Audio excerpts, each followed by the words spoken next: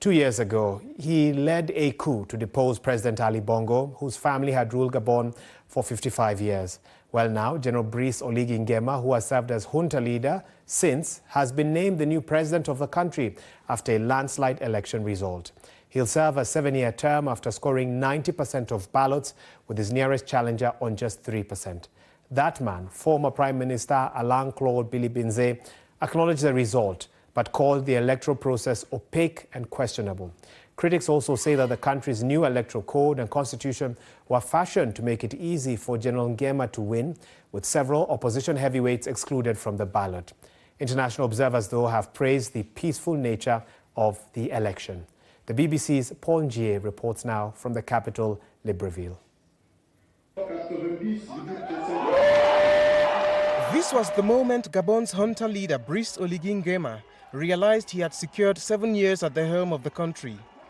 Overwhelmed with joy, he immediately promised to serve every Gabonese without discrimination. For voters below the age of 56, Saturday's election was the very first they witnessed without a bongo on the ballot. Oligui Nguema's victory ushered in joy that a new person was finally going to take over. Nous avons été tous satisfaits de la victoire du président Oligui. We were satisfied with President Oligui Nguema's victory. It is the victory of every Gabonese, and not just his alone. So we consider this as something new. Pour tous les Gabonais, pas seulement pour lui, mais c'est la victoire de tous les Gabonais. Et ça ne m'a pas étonné. J'ai essayé un peu de circuler dans certains quartiers. I wasn't surprised. When I visited certain neighborhoods, I could only find campaign posters and rallies of President Oligui. So just by seeing that, I knew he would win the election. And the results speak for themselves. Le 12, il devait forcément gagner et les résultats parlent d'eux-mêmes.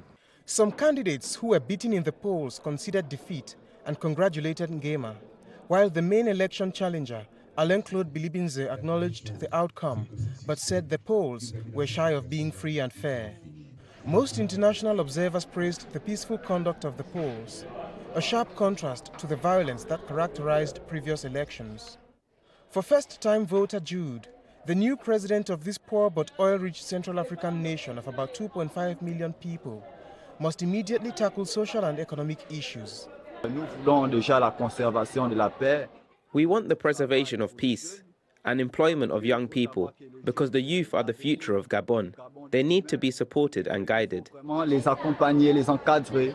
As the Gabonese people return to constitutional order, the people here nursed the hope that the new system doesn't end up being a replica of the one they once regrettably experienced. Paul Ngier, BBC News, Libreville.